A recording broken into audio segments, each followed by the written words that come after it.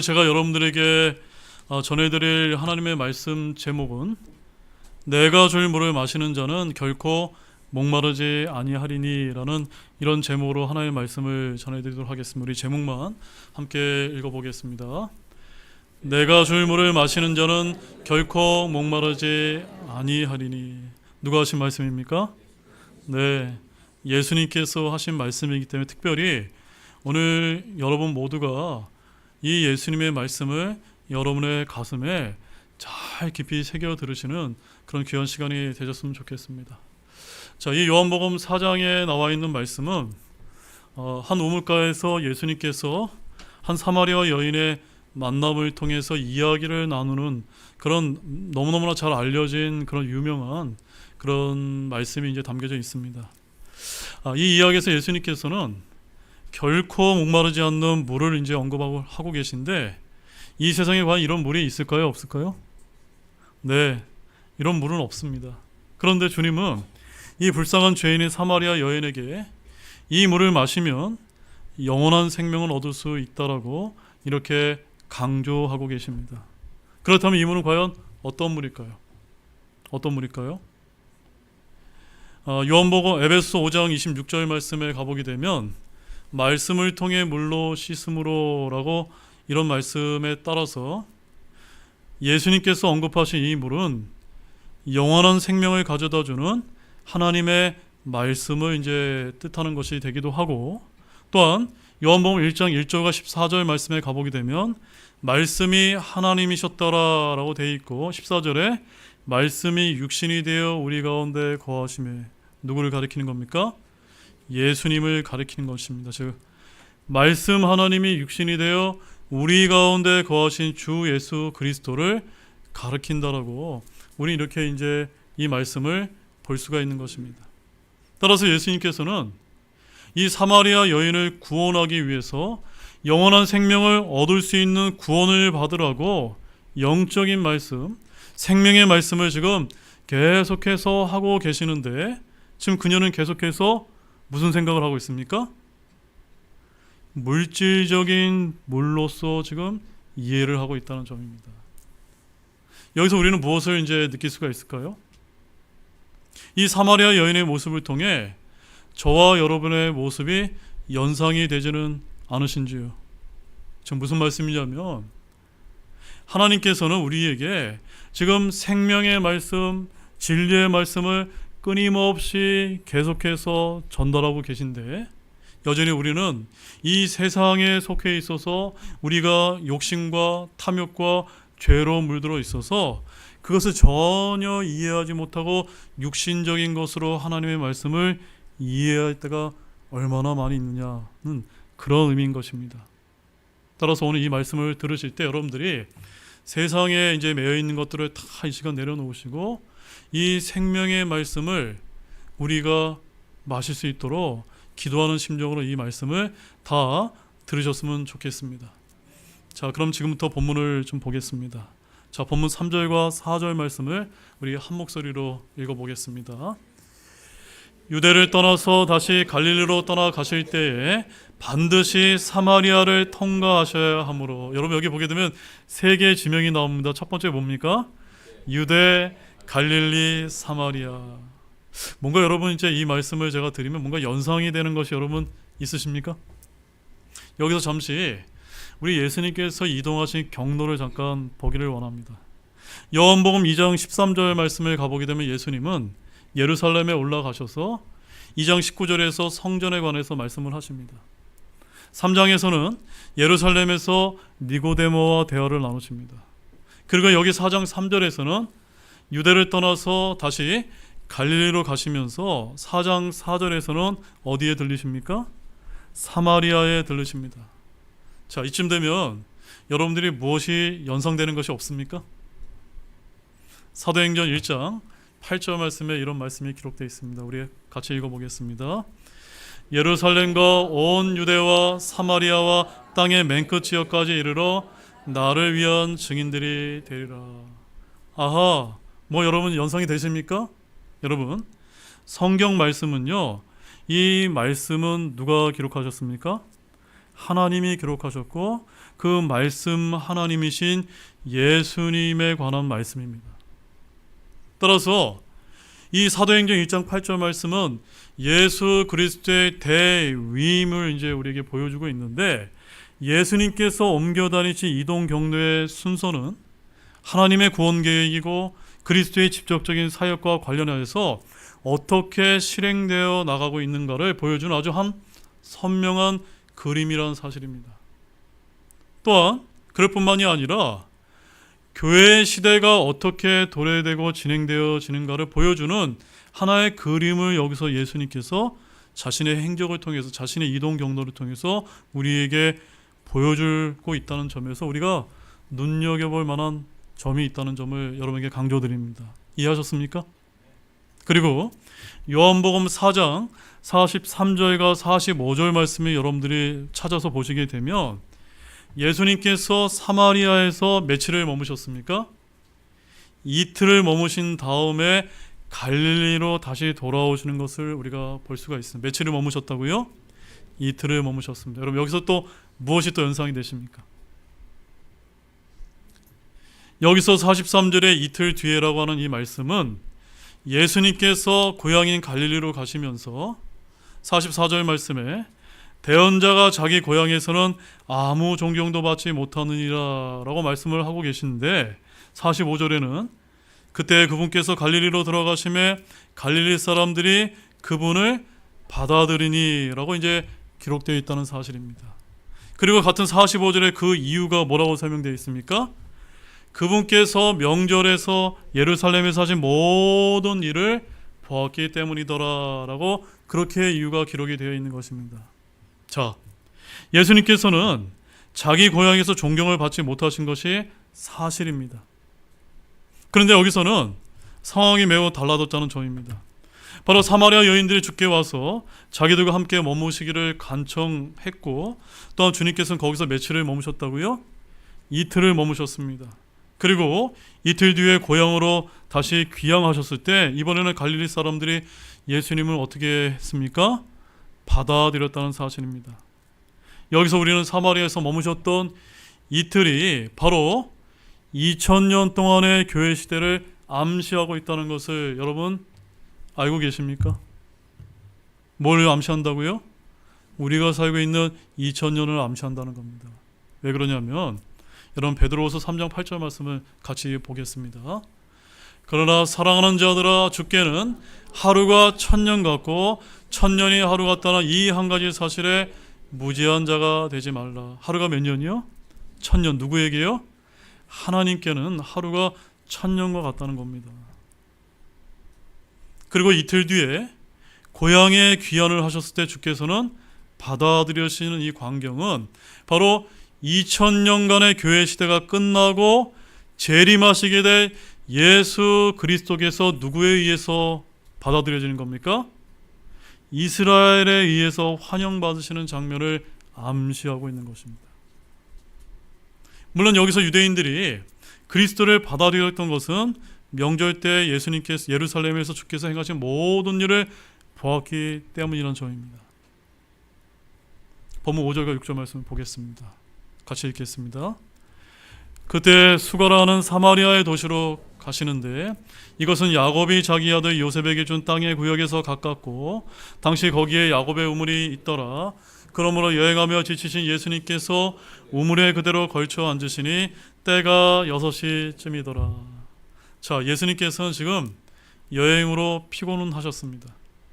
이처럼 예수님은 이 땅에 완전한 한 사람이 되어서 오셨다는 사실을 기억하기를 원합니다. 예수님은 하나님이셨을 뿐만 아니라 또한 인간이셨습니다. 그분은 하나님의 아들이시면서도 한 인간이 되셔서 우리와 같이 인간들 세상 안에 들어와 사시면서 고난받으시고 순종하셨던 것입니다. 그분께서 고난을 겪으시고 죽기까지 하셨던 것은 인간이 겪는 고통이 어떤 것이고 죽음이 어떤 것인가를 직접 체험해 보려고 그러신 것이 절대로 아닌 것입니다. 예수님은 인간의 고난과 죽음을 대신 짊어지셨던 것입니다. 여러분, 예수님은 결코 이 세상에 거물로 오신 것이 아닙니다. 오늘날 많은 목회자들이 자신들이 거물이 되고 싶은 욕망에 사로잡힐 때가 있지만 예수님은 결코 거물이 아니셨습니다. 한번 잘 생각해 보십시오. 예수님 오실 때 어떤 모습이셨습니까? 예수님은 이 세상에 들어와 사시는 동안 초라한 인간으로 사셨습니다. 그분은 맨발로 다니셨고 보잘것없는 어부의 발을 씻어주셨으며 낡은 족각배 안에서 주무셨는가 하면 밤에 땅바닥에 앉아서 기도하시기도 했습니다. 그분은 보통 사람과 마찬가지로 피곤하기도 하셨고 시장하시기도 했으며 우시기도 했고 약해지시기도 했으며 고뇌도 하셨고 애통이 하셨고 또한 우리처럼 화도 내셨다는 사실입니다. 이것이 다 무엇을 보여주는 겁니까? 하나님이자 한 우리와 똑같은 인간의 모습으로 이 세상에 사셨다는 것을 보여주는 것입니다. 맞습니까, 여러분? 본문 7절과 8절입니다. 한 사마리아 여자가 물길로 오매 예수님께서 그녀에게 마실 물을 달라 하고 말씀하시니 이는 그분의 제자들이 먹을 것을 사러 그 도시로 갔기 때문이더라. 자, 여기 이제 굉장히 흥미로운 말씀이 있습니다. 예수님께서 피곤과 더위로 목이 마르셨습니다. 그때 마침 한 우물에 닿으셨고 물길로 온 사마리아 여인을 거기서 만나시게 됩니다. 그래서 예수님은 그 여인에게 마실 물을 좀 달라고 이렇게 요청하셨습니다. 이렇게 시작된 사마리아 여인과 예수님과 오간 대화는 9절, 10절, 11절, 12절이 지나도 다 끝나지 않고 어디까지 이어진 줄 아십니까? 26절까지 계속되는데 겨우 뭐 하시기 위해서요? 물 한 모금 얻어 잡수시기 위해서 이렇게 많은 대화를 한 불쌍한 사마리아 여인과 계속해서 이야기하면서 많은 이야기를 들려주고 계시다는 사실입니다. 여러분, 참으로 흥미로운 사실은 이렇게 열심히 물 한 잔 얻어 드시려고 그렇게 노력하시고도 주님께서 여기서 물을 얻어 드셨다는 기록이 있을까요? 없을까요? 그 어디에도 등장하지 않는다는 점입니다. 여러분, 예수님께서 성경 전체를 통틀어서 물을 마시고 싶어하는 장면이 성경에 딱 두 장면이 나오는데 한 장면이 오늘 우리가 살펴본 이 장면이고 또 한 번은 언제인 줄 아십니까? 십자가에 달리셨을 때였습니다. 그래서 십자가에 달리셨을 때 주님께서는 내가 목마르다라고 이렇게 성경에서 딱 두 번 물을 마시고 싶어 하셨지만 두 번 다 물을 드셨을까요? 못 드셨을까요? 그 어디에도 물을 드셨다는 기록은 성경에 기록되어 있지 않다는 점입니다. 십자가에 달리셨을 때 목마르다라고 말씀하셨던 주님의 입술에는 무엇이 전해진 줄 아십니까? 물이 전해진 것이 아니라 안타깝게도 해면에 식초로 적신 우슬초가 전달되었다라고 요한복음 19장 29절에서 기록을 하고 있는 것입니다. 본문 9절 말씀 함께 보십시오.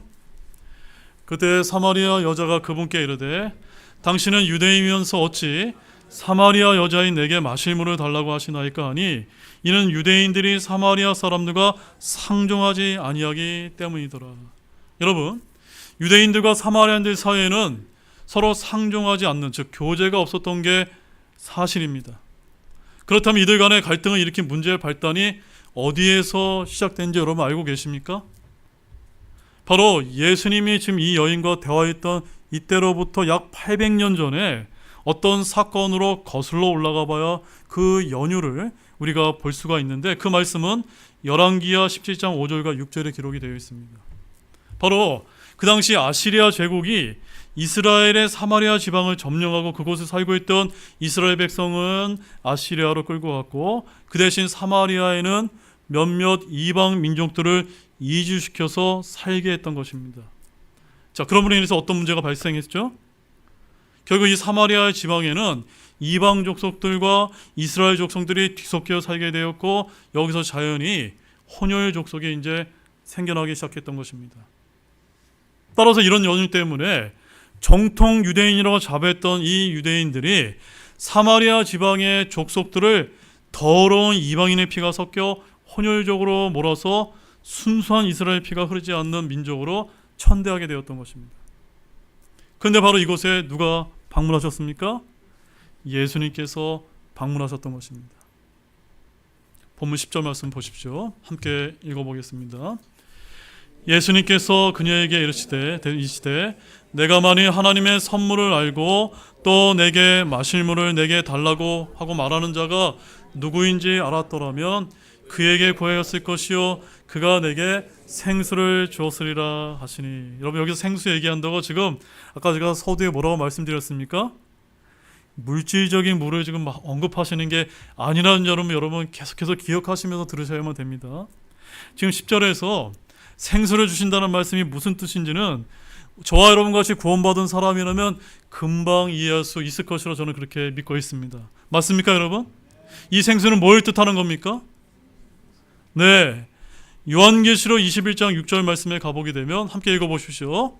내가 목마른 자에게 생명수의 샘에서 값없이 주리라. 그 다음에 계시록 22장 17절에 뭐라고 기록되어 있습니까? 누구든지 원하는 자는 값없이 생명수를 취할지니라 라고 성경이 계속해서 이 물에 대해서 선언을 하고 계신 것입니다. 여러분, 복음은 시원한 물과 같다는 사실을 알고 계십니까? 잠언 25장 25절도 함께 읽어보십시오. 먼 나라에서 오는 좋은 소식은 목마른 혼에게 냉수 같으니. 여러분, 이 냉수를 다 마시셨습니까? 이 먼 나라가 어딜까요? 바로 저 하늘나라입니다. 즉 하늘나라에서 들려오는 기쁜 소식, 좋은 소식이 바로 무엇입니까? 바로 복음 아닙니까? 맞습니까, 여러분? 우리는 목이 마를 때마다 사이다나 콜라 같은 음료수를 마십니다. 또 어떤 사람은 목이 컬컬하다고 맥주를 마십니다. 그러나 정말로 목이 타서 죽을 지경이 된 사람에게 이런 걸 한번 갖다 줘 보시기 바랍니다. 선을 내지하면서 뭐라고 얘기할까요? 물 하면서 이렇게 외치지 않을까요, 여러분? 군대에서 여러분 행군하신 우리 형제님들 기억나시죠? 그분들에게 그들이 찾는 것은 건빵이 아니라 뭡니까? 물 한 바가지 아닙니까? 또한 꼬린지절을 향해서 달려가는 마라톤 선수가 레이스 도중에 길가에 놓여있는 음료수대에서 예외 없이 플라스틱 물통을 집어들지 않습니까? 식당 같은 데에서는 유리컵에 사각 얼음을 띄어서 놓지만 사실 진짜로 목이 마른 사람은 얼음이 뭐고 그런 거 다 소용이 없고 오직 뭐만 필요합니까? 시원한 냉수 한 잔이면 되는 것입니다. 바로 우리 영적으로 목말라 있는 우리 구원받지 못한 혼에게는 이와 같이 복음이라고 하는 시원한 냉수 같은 주님이 주시는 생수가 필요하다는 사실입니다. 맞습니까, 여러분? 여러분, 이것을 다 드셨습니까? 정말로 목말라 본 적이 없는 사람은 이것을 결코 이해할 수 없습니다. 목마르지 않은 사람들, 목마르는 것이 무엇인지 모르는 사람은 이런 사람은 딱하게도 절대로 구원받지 못합니다. 여러분 어떠십니까? 여러분은 영적으로 목마르신 분이 맞습니까? 그렇다면 여러분은 구원받을 수가 있는 것입니다. 왜냐하면 여러분은 시원한 냉수를 받아 마실 준비가 되어 있기 때문인 것입니다. 사람은 물 없이는 한시도 살지 못합니다. 사람은 누구나 시원한 물을 그리워하게 됩니다. 샘에서 솟는 시원한 물은 갈증을 풀어줄 뿐만 아니라 온몸에서 힘이 솟아나게 합니다. 이런 생수를 주시는 분이 누구이신가요? 바로 우리 주 예수 그리스도이심을 아시기 바랍니다. 예수님은 이 세상 모든 사람에게 이 살아있는 생명수를 주시러 오셨다는 사실입니다. 그래서 그분께서 누구신지를 알면 누구나 그분께 나아가 이 생수를 받아 마시기를 주저하지 않는 것입니다. 본문 10절 말씀을 다시 보게 되면 내가 만일 하나님의 선물을 알고 또 내게 마실 물을 내게 달라고 하고 말하는 자가 누구인지 알았더라면 그에게 구하였을 것이요 그가 내게 생수를 주었으리라 라고 이렇게 말씀을 하고 있습니다. 여러분, 예수님은 사마리아 여인에게 다가가셔 물을 좀 달라고 요청하셨을 때 그 여인은 예수님께 물을 드린 것이 아니라 뭐라고 지금 하고 있습니까? 유대인인 당신이 어떻게 사마리아 여자인 나에게 마실 물을 달라고 하십니까? 라고 오히려 시비를 걸어오고 있는 것입니다. 이에 대해서 예수님은 사마리아의 입장을 동정해 주시거나 유대인들의 입장을 변호해 주신다거나 여인의 시비를 나무라신다거나 하는 따위의 쓸데없는 이야기로 시간을 결단코 낭비하지 않으십니다. 예수님은 곧장 이 여인과 같은 죄인의 구원 문제에 초점을 맞추셔서 하나님의 선물을 지금 말씀하고 계십니다. 나중에 이제 곧 알게 되겠지만 이 여인은 사실 누구한테도 선물 따위를 받아본 경험이 한 번도 없는 불쌍한 여자요, 버림받은 여자였다는 사실입니다. 그야말로 이 세상 삶 자체에 너무나 지쳐있는 그런 사람이었습니다. 이런 여인에게 주님께서는 하나님의 선물을 말씀하시고 그 선물을 줄 사람이 눈앞에 서 있다는 사실과 지금 그분께 요청하면 생수를 얻게 되리라는 사실을 알려주시면서 지금 자기 자신을 넌지시 소개하고 계신 것입니다. 그러나 이 무지한 여자가 하나님의 선물이 무엇이고 생수가 진짜로 무엇인지 그 참된 영적 의미를 이해하기란 결코 쉽지 않았을 것입니다. 더구나 자기 앞에 서 계신 분께서 바로 하나님의 아들이신 예수 그리스도이신 줄을 어찌 짐작이나 할 수 있단 말입니까? 본문 11절과 12절 함께 읽어보겠습니다. 여자가 그분께 이르되 선생님이여, 선생님께는 물기를 그릇도 없고 우물은 깊은데 선생님은 그 생수를 어디에서 얻겠나이까? 우리 조상 야곱이 이 물을 우리에게 주었고 그와 그의 아이들과 그의 가축도 이 우물에서 마셨는데 선생님이 그보다 더 크시나이까 하매. 여러분 말씀 잘 보시기 바랍니다. 지금 예수님께서는 지금 영적인 말씀을 통해서 이 여인에게 지금 구원받으라는 것을 지금 계속해서 말씀을 하고 계신데 지금 사마리아 여인은 지금 어떤 반응을 보이고 있습니까? 육신적인 것만 계속해서 이야기를 하고 있다는 점입니다. 우리가 복음을 전할 때 한번 생각해 보십시오. 어떤 불쌍한 혼에게 당신이 지옥에 가면 안 된다고 계속해서 영적인 생명의 말씀을 지금 하고 있는데 그 사람들은 어떻게 받아들입니까? 전혀 딴 방향으로 받아들일 때가 얼마나 많이 있습니까? 예수님이 영적인 생명의 물을 말씀하고 계신데 여인은 지금 꿀꺽꿀꺽 마시는 육신적인 물을 지금 계속해서 이야기하고 있는 것이죠. 한마디로 지금 동문서답하고 있는 것입니다. 여러분 이 장면에서 무엇을 느끼고 계십니까? 혹시 이 사마리아 여인이 매우 답답한 여자다라는 이런 마음이 드십니까? 이것이 바로 다른 누구의 모습이 아니라 누구의 모습입니까? 바로 예전에 바로 저와 여러분, 아니 어쩌면 지금 여러분의 모습일 수 있다는 사실을 아시기 바랍니다. 여러분, 이 여인은 지금 예수님께서 영적인 생명의 물을 말씀하고 계신데 어디에 지금 신경을 쓰고 있습니까? 물기를 그릇에 신경을 쓰고 있는 것입니다. 지금 이 여인에게 무엇이 제일 중요합니까? 구원이 제일 중요한데 구원받기 위해 무엇인가 인간이 도구나 수단을 마련해야 된다라고 생각하는 무지한 자들이 얼마나 많이 있습니까? 그러다가 구원 자체보다는 그 방법이나 수단 자체에 초점을 맞춘 나머지 진짜 구원에 이르지 못하는 사람이 이 여인처럼 많이 있을 수 있다는 사실입니다. 이 불쌍한 여인은 우물은 깊은데 하고 지금 쓸데없는 걱정을 합니다. 하나님을 신뢰하지 못하는 인간이 그야말로 별 걱정을 다 하는 것입니다. 죄인에게 진짜로 필요한 것은 오직 구원입니다. 우물이 깊은 게 전혀 문제가 아닙니다. 그것은 사람이 걱정할 문제가 아니라는 사실입니다.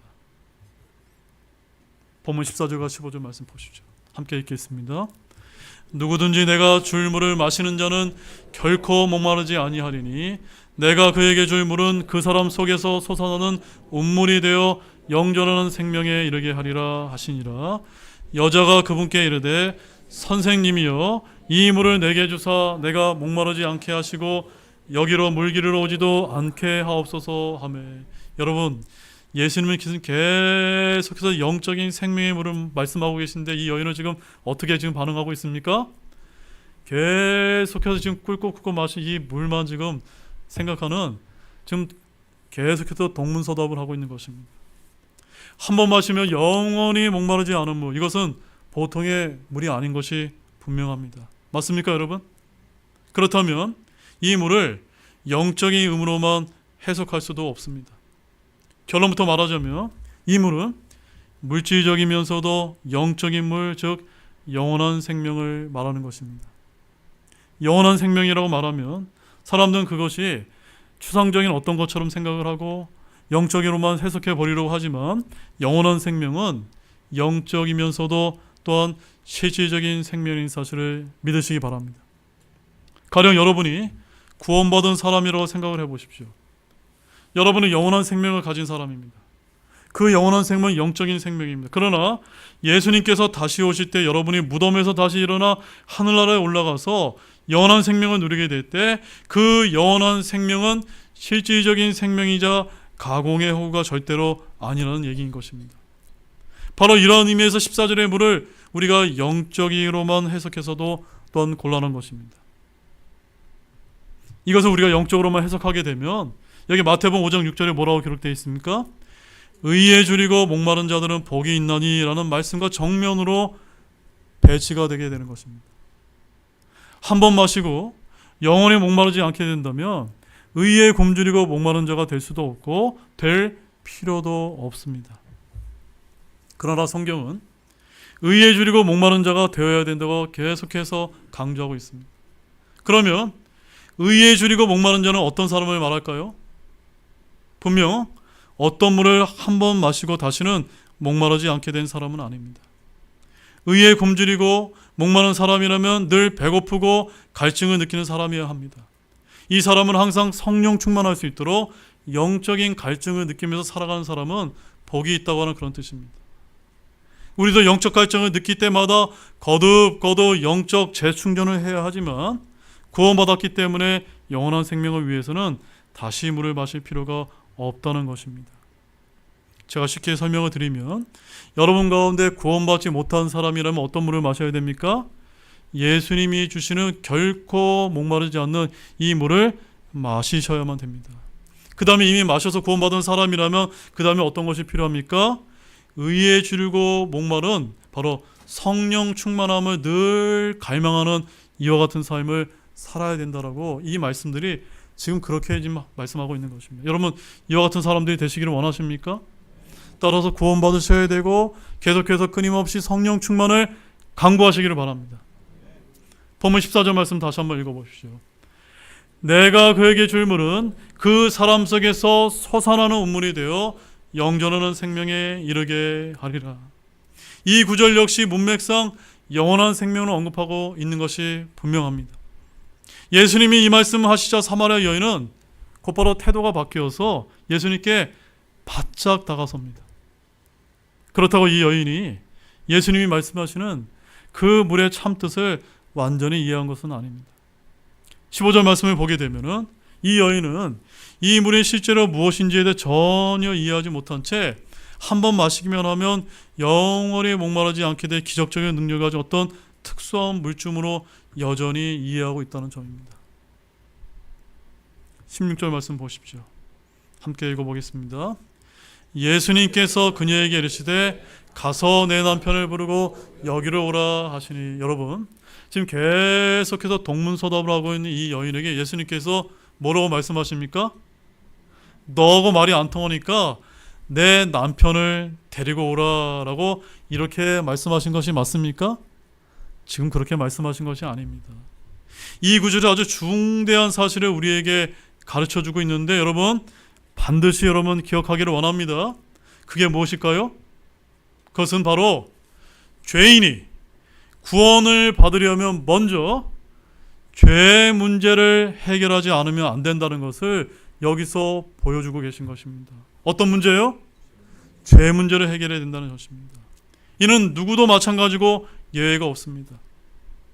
하나님의 구원 계획이 여러분에게 성취되기 위해서는 여러분에게서 죄의 뿌리를 먼저 뿌리채 뽑지 않으면 안 된다는 사실입니다. 사마리아 여인은 비록 예수님께서 말씀하시는 물의 참뜻을 제대로 이해하지는 못했지만 어쨌든 그 물을 달라고 주님께 간청했습니다. 그러자 예수님 그녀에게 물을 주시기 위해 그녀의 죄의 문제를 먼저 해결하셔야만 됐던 것입니다. 다시 말해서 그녀가 스스로 죄인임을 인정하도록 하셔야만 했던 것입니다. 그녀가 자기의 죄로 인정하지 않을 수밖에 없는 가장 큰 취약점을 지적하시면서 지금 남편 이야기를 꺼내신 것입니다. 실로 그녀의 가장 아픈 곳은 주님께서 정확하게 찌르신 것입니다. 내 죄가 뭐지? 남편 문제가 아니더냐? 그 문제로 너는 버림받은 여자가 아니냐, 어디 내 이야기를 좀 들어보자 하고 주님은 그녀를 하여금 자신에 대해서 자백하도록 하신 것입니다. 이제 그녀는 사실대로 털어놓게 되는 것입니다.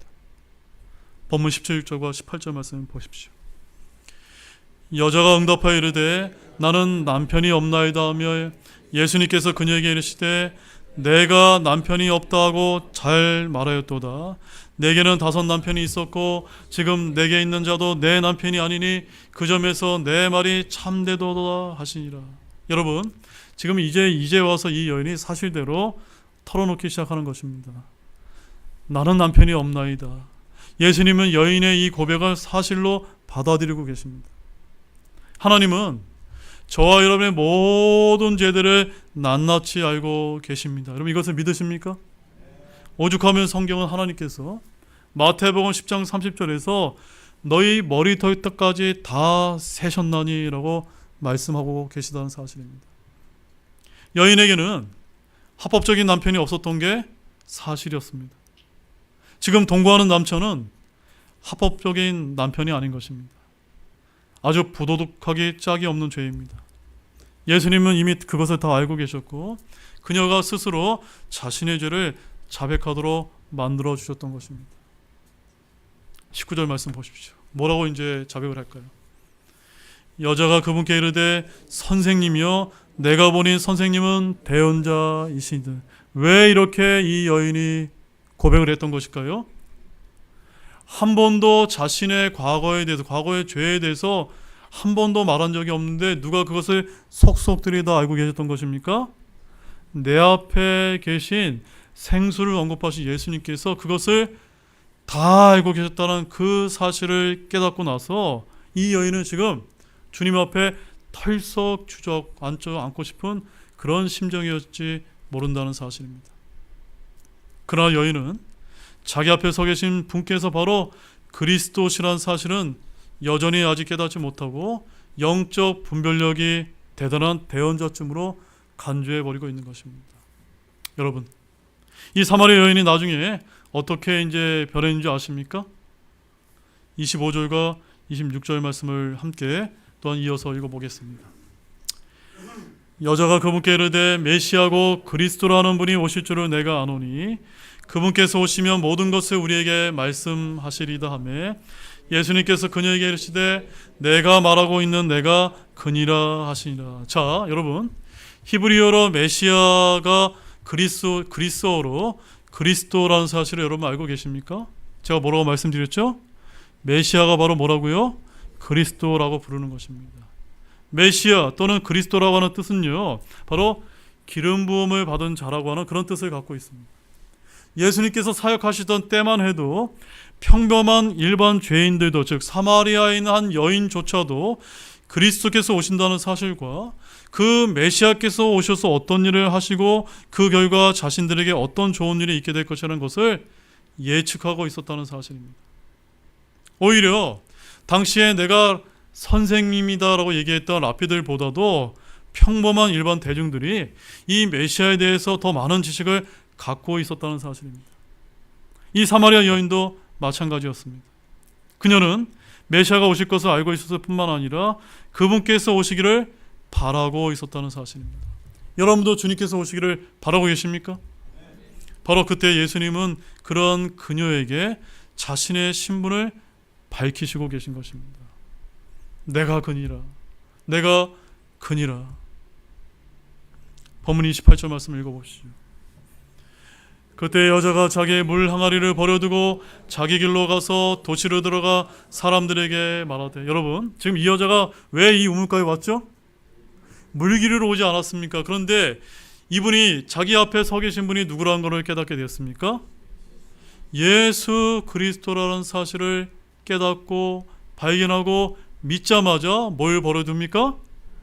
물 한 항아리를 버려두게 된 것입니다. 바로 이와 같은 것입니다.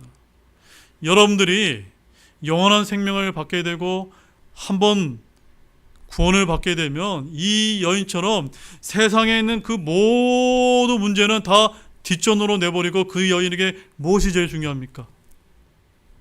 나만 구원받는 것이 아니라 이 귀중한 구원을 다른 사람들에게도 전해야겠다는 이런 마음이 생겨나야 되는 것이 당연한 것이 아닙니까? 맞습니까, 여러분?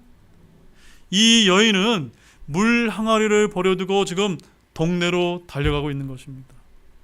여러분 구원을 받으셨을 때 여러분 어떤 모습을 여러분 사셨습니까? 아니 지금 어떤 모습으로 살아가고 계십니까? 메시아를 발견한 순간 물 같은 것은 다 잊어버렸던 것입니다. 이처럼 구원받고 영원한 생명을 얻은 사람은 그 순간 물질적, 육신적인 문제들은 다 잊어버리게 되는 법입니다. 맞습니까, 여러분? 인생의 궁극적인 문제 해결은 바로 새롭게 다시 태어나는 데 있다는 사실입니다. 여러분은 새롭게 다시 태어나신 것이 맞습니까? 그렇다면 먹고 마시는 문제는 이제는 잊어버리시기 바랍니다. 이렇게 물을 기르러 왔던 사마리아 여인은 구세주를 발견하고 구원을 받게 되는 순간 물 항아리고 뭐고 다 팽개치고 구원받지 못한 사람들에게 이 기쁜 소식을 알리러 열심히 달려갔던 것입니다. 저와 여러분들도 이 여인과 같게 되기를 진실로 소망합니다. 이제 마지막 말씀입니다. 29절 말씀 함께 읽어보겠습니다. 와서 지금까지 내가 행한 모든 일을 내게 말한 사람을 보라. 이분이 그리스도가 아니냐 하니. 여러분 제가 마지막으로 여러분에게 진짜 당부를 드립니다. 여러분 복음을 전하는 것이 어려울까요? 쉬울까요? 어렵지 않습니다. 여러분이 복음을 듣고 구원을 받으셨다면 지금 이 여인처럼 하시면 됩니다. 자기가 행한 모든 일들을 훤히 알고 말한 사람이라고 지금 그녀가 좀 과장되게 표현을 쓰기도 했지만 아주 소박하게 짝없는 말로 그리스도께 와서 그분을 보라고 사람들에게 촉구하고 있는 것입니다. 이것이 구원받은 사람이 나타내는 솔직한 반응인 것입니다. 꾸밈이 없고 숨김이 없으며 주저함이 없습니다. 혹시 여러분에게는 주저함이 있으십니까? 여러분이 진정 구원받은 사람이면 주저함이 없는 모든 분들이 되시길 바랍니다. 구원받은 사람이 이렇게 진솔하게 구원 간증을 하게 될 때 그 말을 듣는 사람들의 마음이 움직일까요? 움직이지 않을까요? 움직일 수밖에 없는 것입니다. 이제 결론의 말씀을 드리도록 하겠습니다. 사랑하는 여러분, 오늘 말씀 제목은 내가 줄 물을 마시는 자는 결코 목마르지 아니하리니입니다. 이 사마리아 여인은 정말로 예수님을 만나고 영원한 생명에 결코 목마르지 않는 물을 마시게 되었다고 좀 말씀하고 있습니다. 여러분은 이와 같은 똑같은 영원한 생명의 물을 다 마시셨습니까? 혹여 아직 마시지 못한 그런 분이 계시다면 오늘 이 시간, 이 순간 주님께 기도드려서 이 물을 내게도 달라고 간구하시는 모든 분들이 다 되시기를 주님의 이름으로 축원합니다. 주님께서는 분명히 말씀하십니다. 내가 목마른 자에게 생명수의 샘에서 값없이 주리라. 값없이 주리라. 거저 주시는 겁니다. 이 거저 주시는 이 생명의 물을 다 마시는 모든 분들이 되시기를 바랍니다. 다 같이 일어나시겠습니다.